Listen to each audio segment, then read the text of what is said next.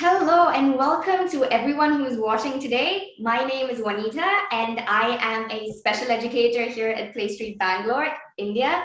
PlayStreet is an organization that provides educational services to help children with special needs become independent and live up to their potential. We offer parent empowerment programs, integrated school programs, and a variety of clinical services. As part of Autism Awareness and Acceptance Month, we wanted to bring you the pioneers in the field of autism to guide us all and spread more awareness and knowledge. Today is our 11th talk, and our remarkable speaker for the day is Miss Tripura Kashyap. Tripura Kashyap pioneered dance movement therapy in India in 1990 after specializing in it at the Hancock Centre for Dance Movement Therapy in the USA. She has worked as a movement therapist at special needs schools, treatment centers, retirement homes, and with individuals. She has also received fellowships from the Ashoka International Foundation, Indian Ministry of Culture, and Sangeet Natak Academy for her innovations in dance therapy and contemporary dance. She has authored the book My Body, My Wisdom, and Contemporary Dance Practices, Paradigms, and Practitioners. Ms. Tripura has co-founded the Creative Movement Therapy Association of India and is on the teaching faculty for dance movement therapy. We are so honored to have you here today with us, and thank you for joining us for PlayStreet's Autism Hour. We hope you're doing well, and I wanted to start off by asking if you would like to say a word to our audience.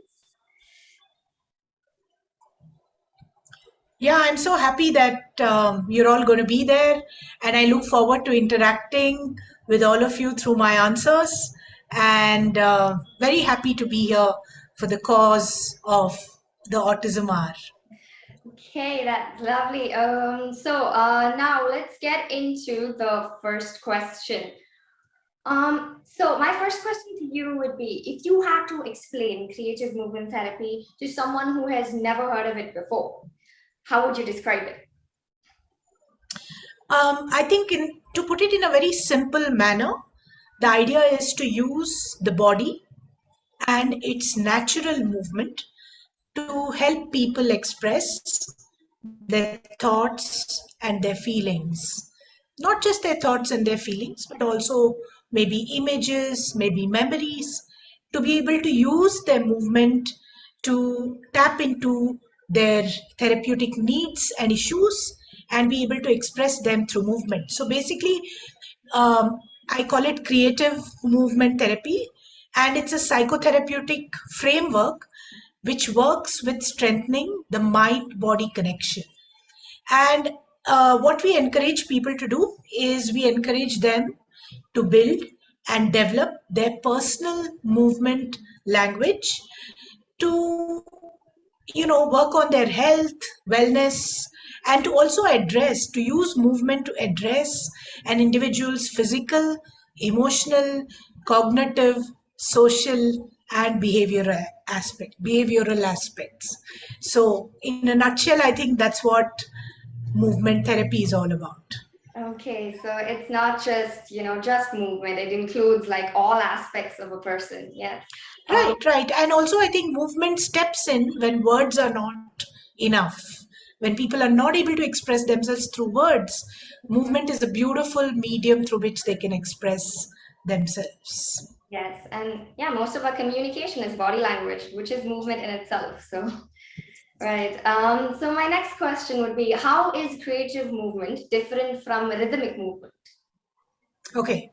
So in dance movement therapy slash creative movement therapy, we developed something called a movement activities basket, okay, which has about 45 therapeutic heads like body coordination, eye contact, group awareness, etc. Like this, there are 45 therapeutic heads, and rhythmic movement or rhythm development is one of those heads.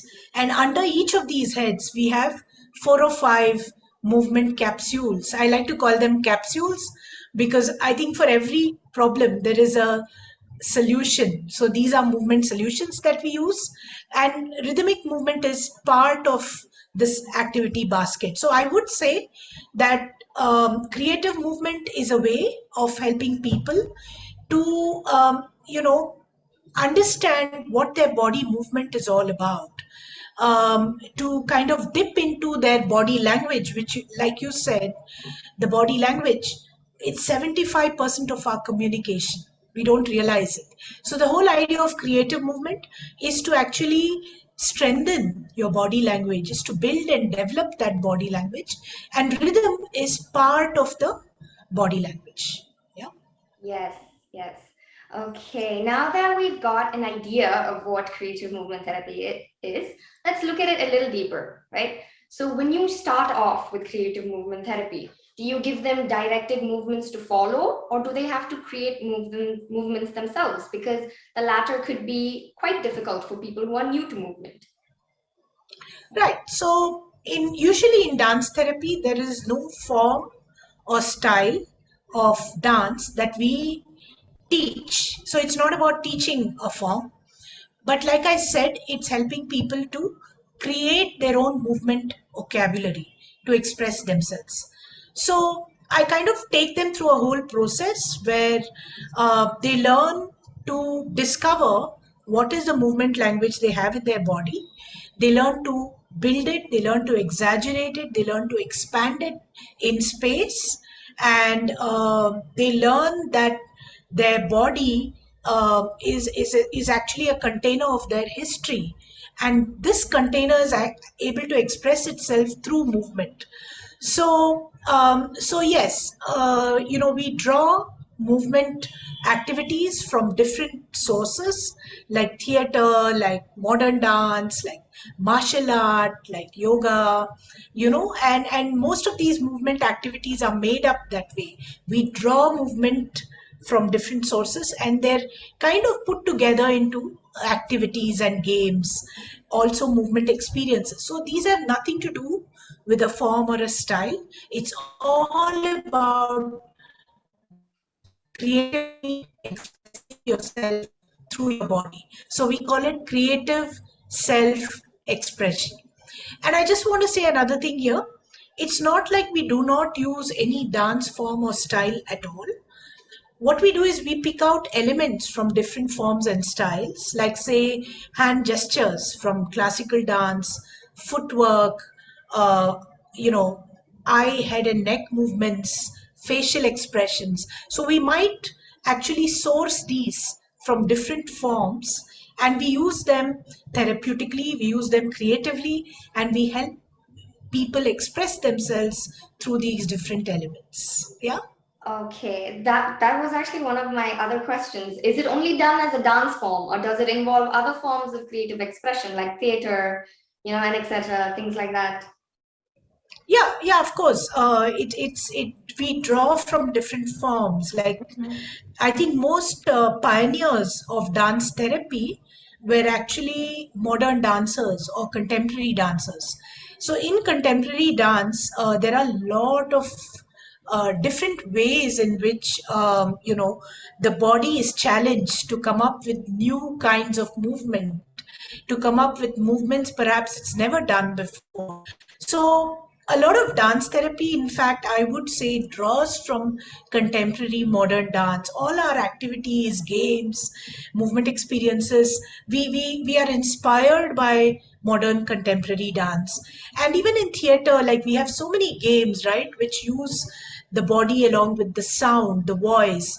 So we also draw from theater, we draw from sports, we draw from mime, and also, interestingly, we also draw from the groups that we work with. So when you're working with a group, there are something called movement cues. We might be doing an activity, and suddenly you see that someone in the group is doing it slightly different from what you've articulated, and you don't say that that is wrong, but you take that into consideration and you create a movement activity out of it. So a lot of activities like mirroring, shadowing can also be done based on the therapeutic needs of the group. So sometimes you have to think standing on your feet, where you create the activity on the spot, yeah, with your clients. That's also possible. Yeah. Uh, Does that answer your question?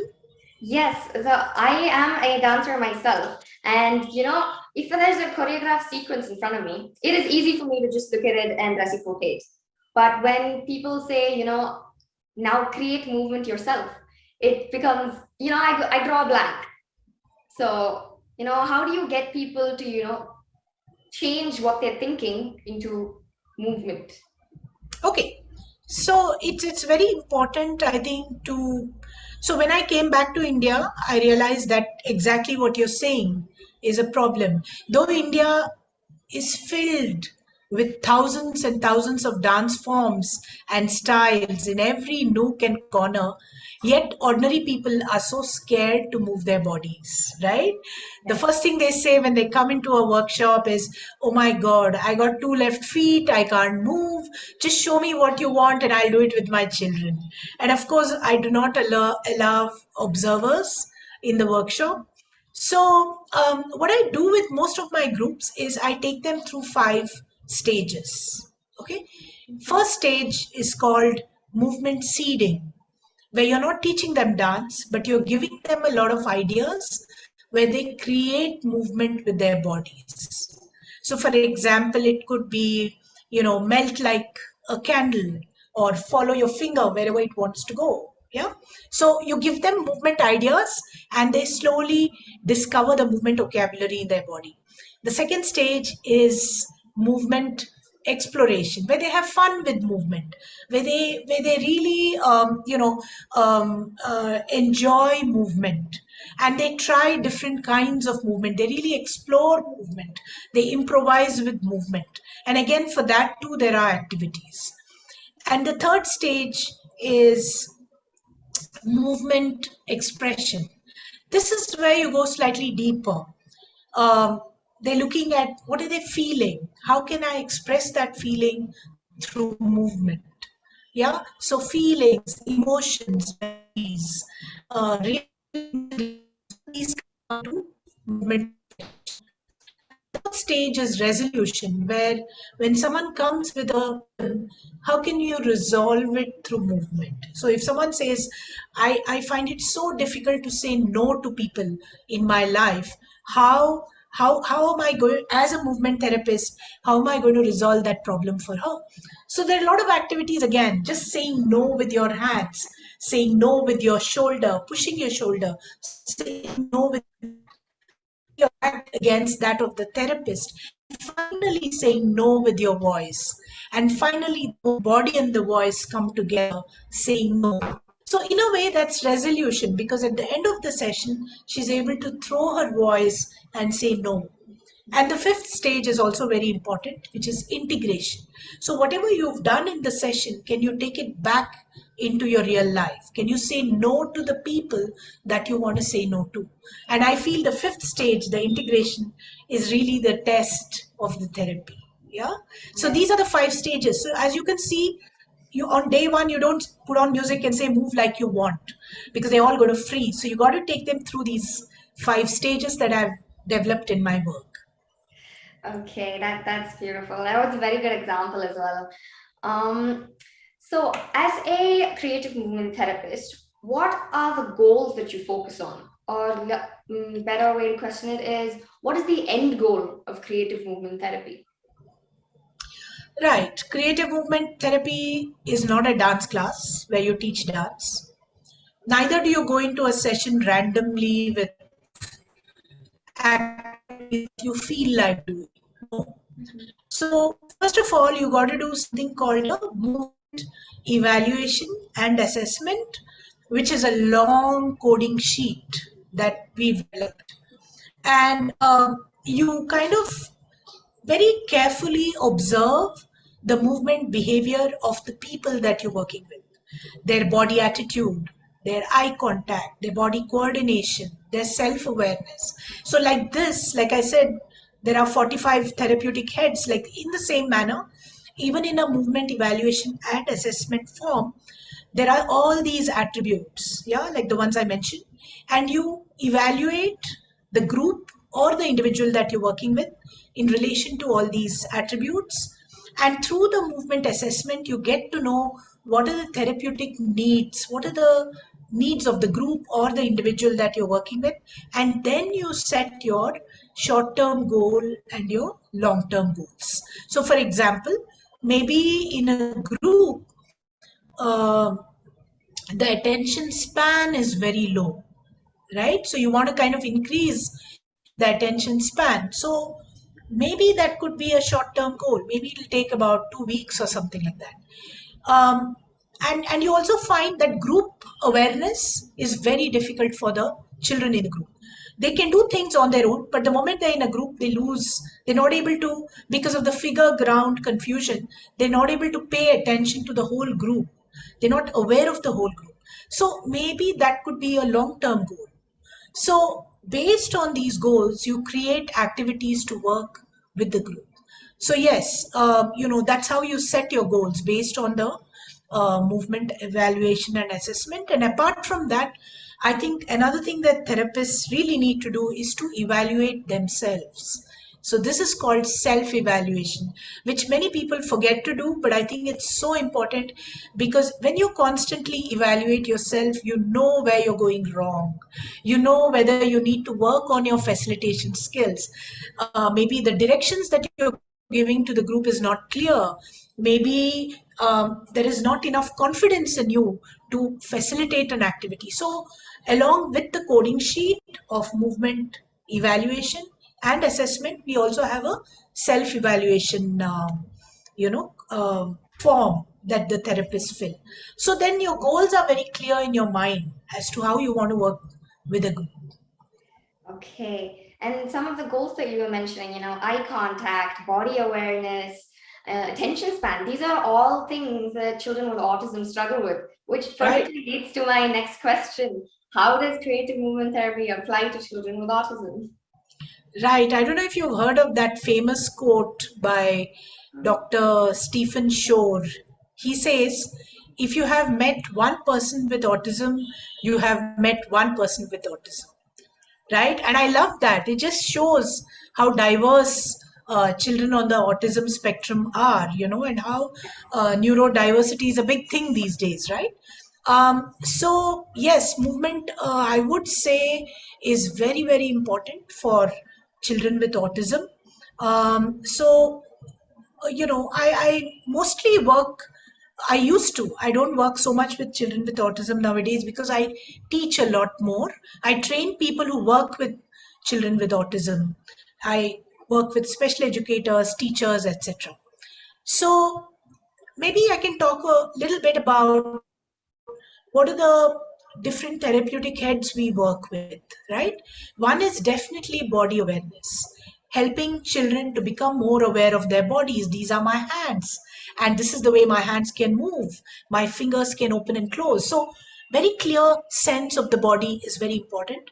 And once they develop body awareness, you also have to work with their body coordination to coordinate one part of the body with another part of the body. That's how the whole body begins to coordinate with each other.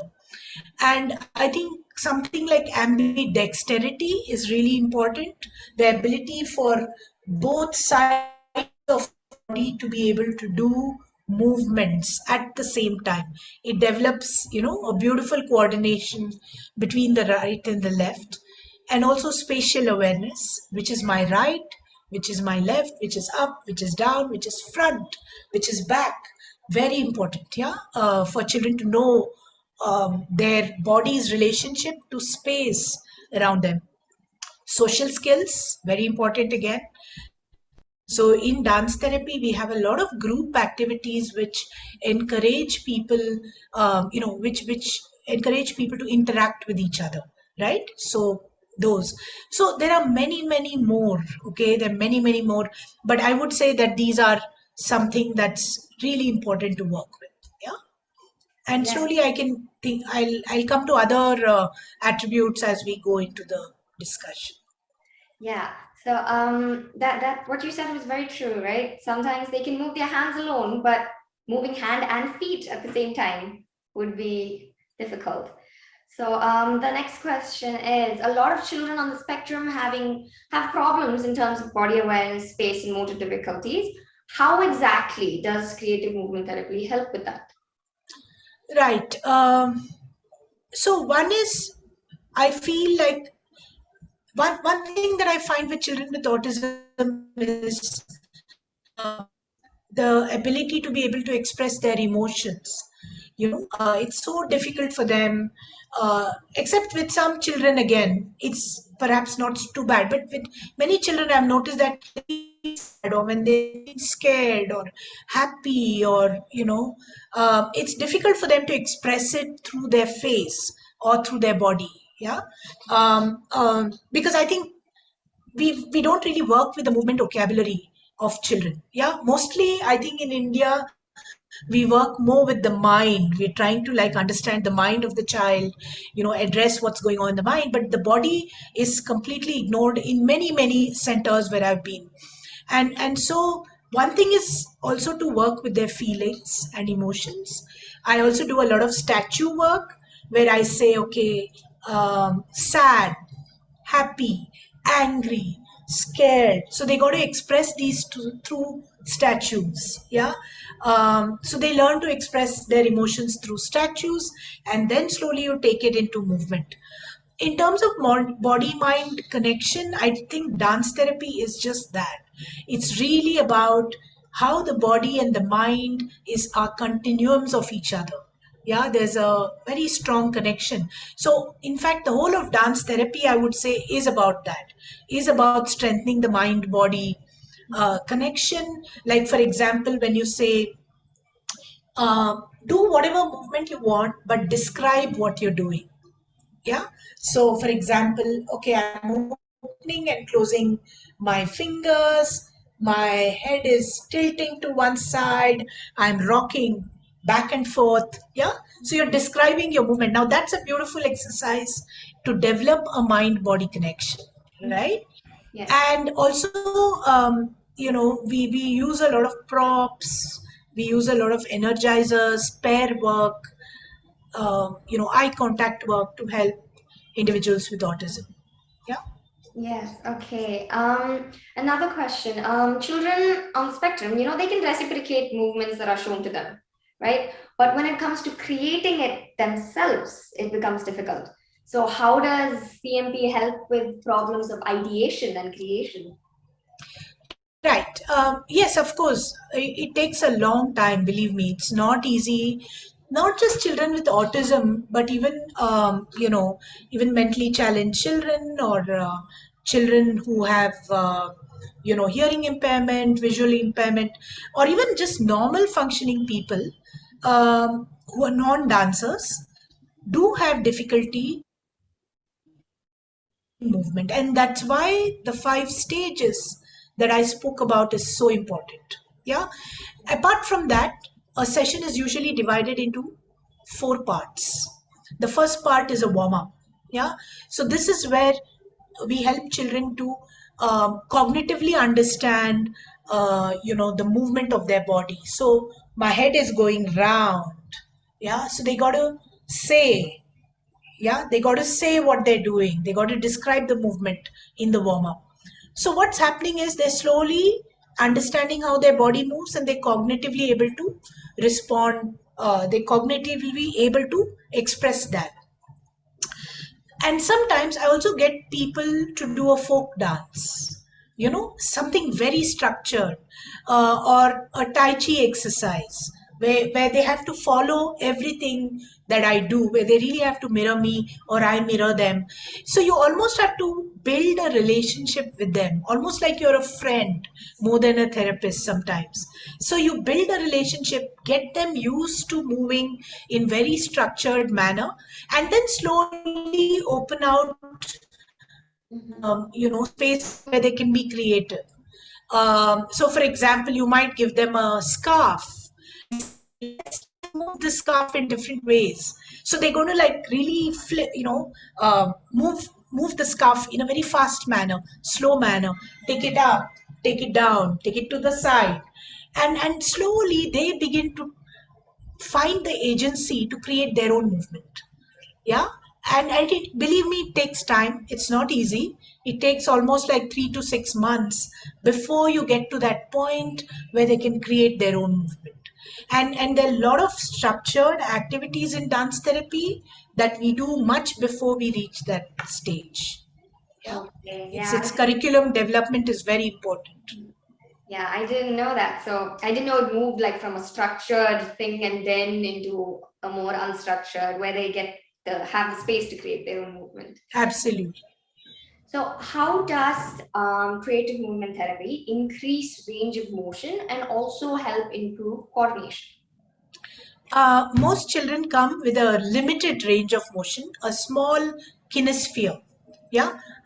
So in the beginning, what I get them to do is to move very small, what they used to. Yeah, to really explore that small kinesphere. And then you get them into a medium kinesphere where the movements are slightly more enlarged. And then it becomes really a big kinesphere.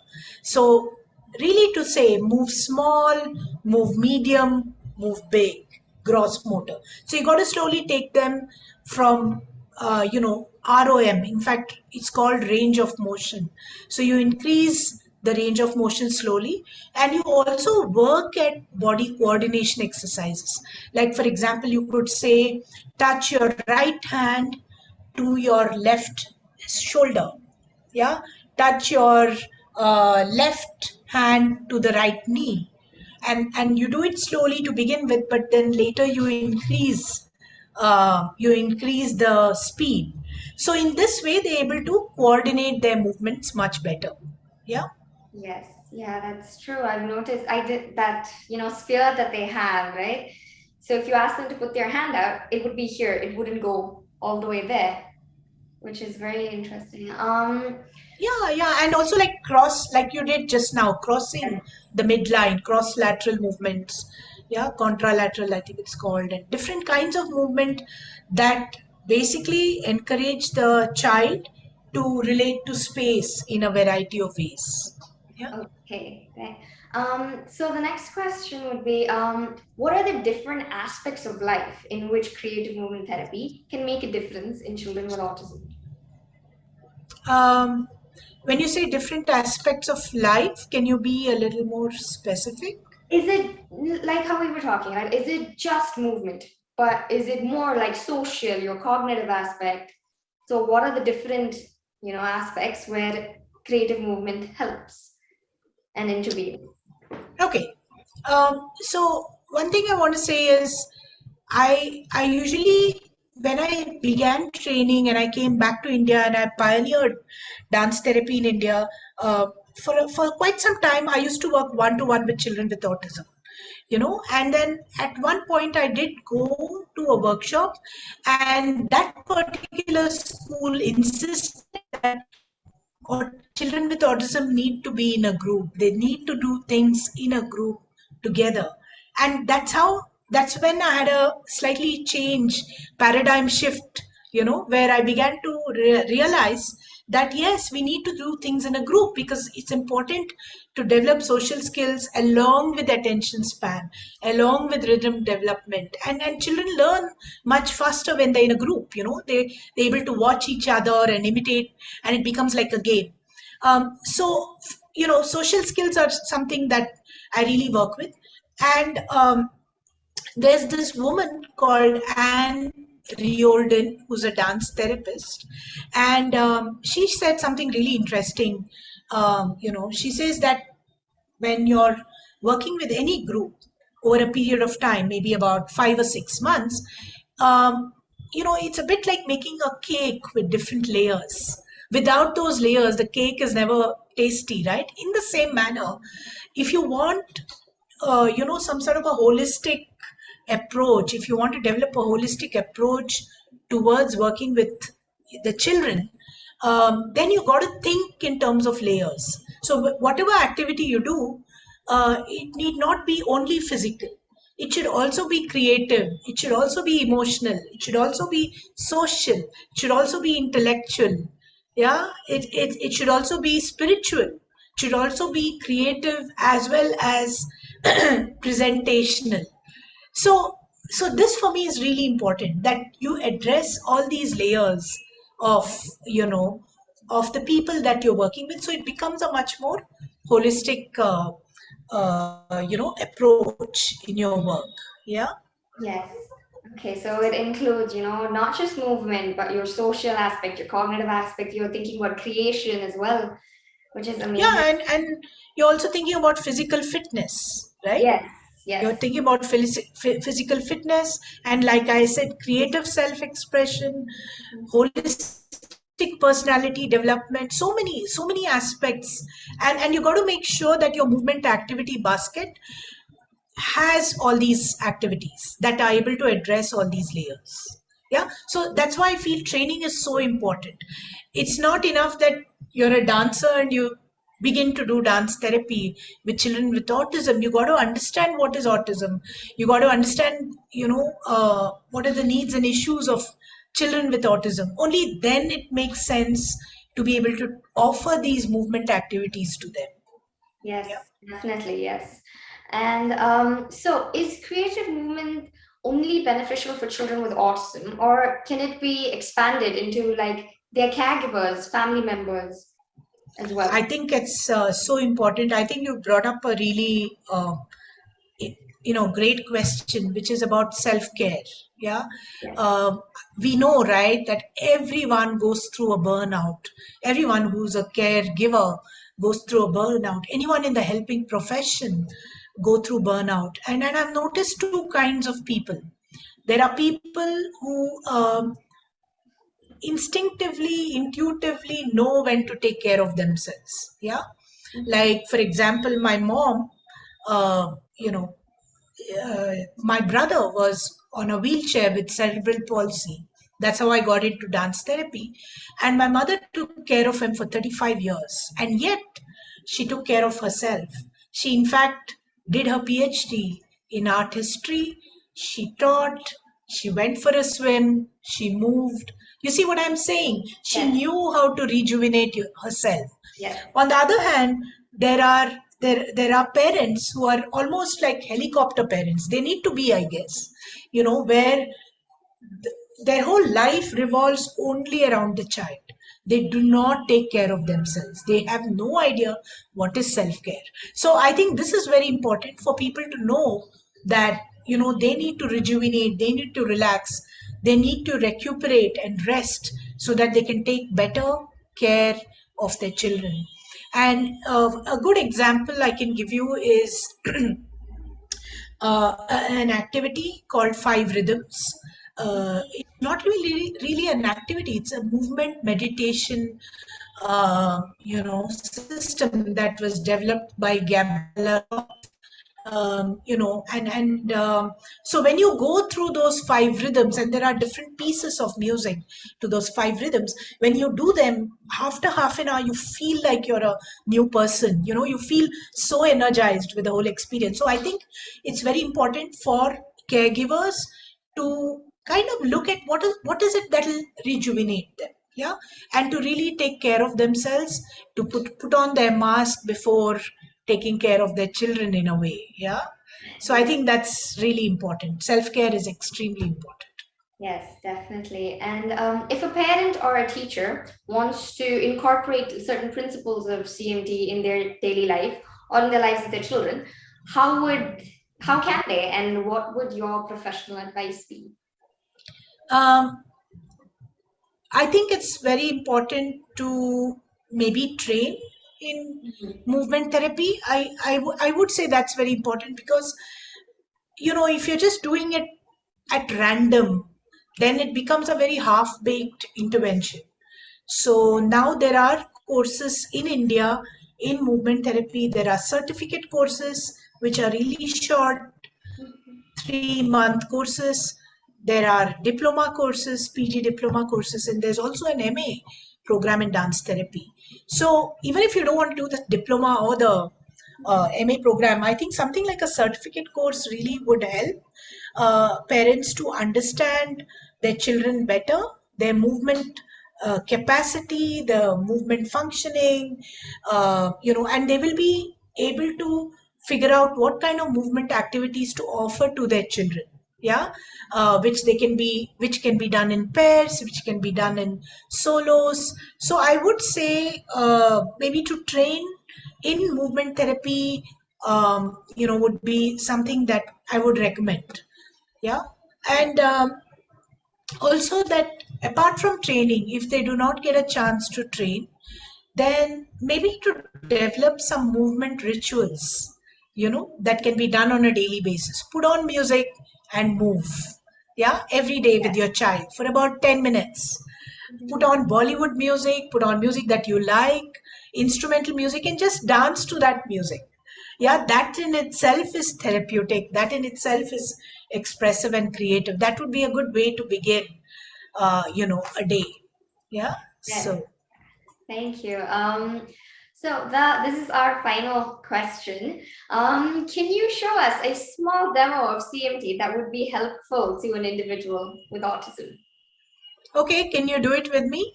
Yes, sure. Okay, great. All right. So I mean, there's a very simple activity of breath and movement. Yeah. So when your right hand goes up, you breathe in, and when your hand comes down, you breathe out. Okay. Okay. Left hand goes up, you breathe in, and your hand comes down, you breathe out. Okay. Okay.